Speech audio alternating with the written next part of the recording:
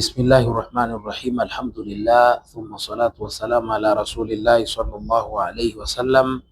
Ahlan wa sahlan wa marhaban bikum ayyuhal mustami'una wal mushahiduna alkiram, wapenzi watazamaji na wasikilizaji watukufu, karibuni katika mwendelezo wa darsa zetu.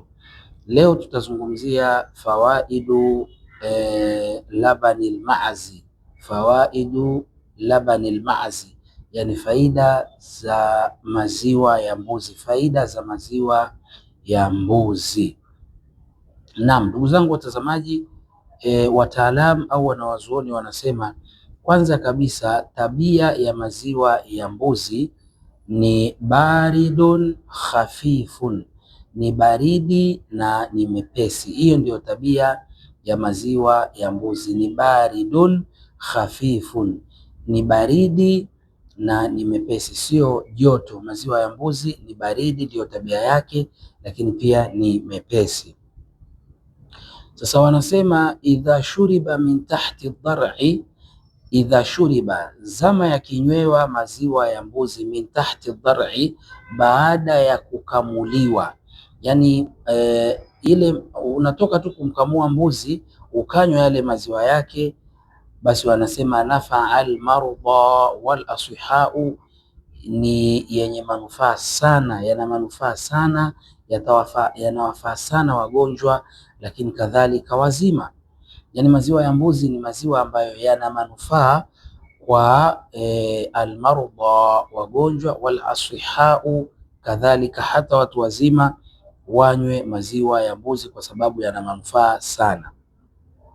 Wanasema wakana sihatu, na ni yenye afya, maziwa ya mbuzi ni yenye afya, li jami'il abdani, kwa miili yote. Maziwa ya mbuzi ni yenye afya kwa miili yote, li jami'il abdani. Wa idha ju'ila fihi hubbu rashad, na ikiongezwa katika maziwa ya ngamia, yani zikiongezwa mbegu za rashad katika maziwa ya ngamia, ukatia na mbegu za rashad. Rashad ni dawa, katika maduka ya dawa za kisunna wanaijua hiyo dawa. Basi wanasema ukiongeza katika maziwa ya mbuzi na mbegu za rashad, wanasema tarada rihu anil batni, huondoa gesi tumboni. Maanake ukiyanywa yale maziwa, kama una shida ya gesi tumboni itatoka. Una tatizo la miungurumo, tumbo lako lina tabia ya kunguruma nguruma, litaacha. Umevimbiwa, kwa mfano mtu amekula amevimbiwa, mpeni maziwa ya mbuzi yaliyochanganywa na mbegu za rashad, basi hiyo shida itakwisha biidhnillah. Washadda almaida, wanasema lakini pia kuimarisha tumbo, yani maziwa ya mbuzi ukinywa basi yanaimarisha tumbo lako, linakuwa imara.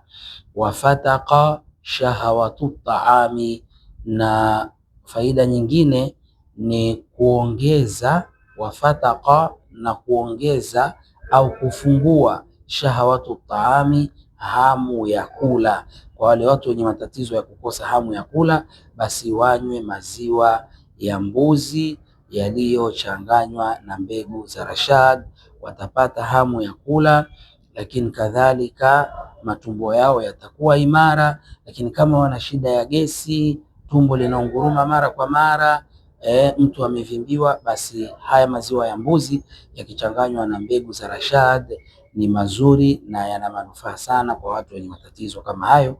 Wallahu ta'ala a'lam. Assalamu alaikum warahmatullahi wabarakatuh.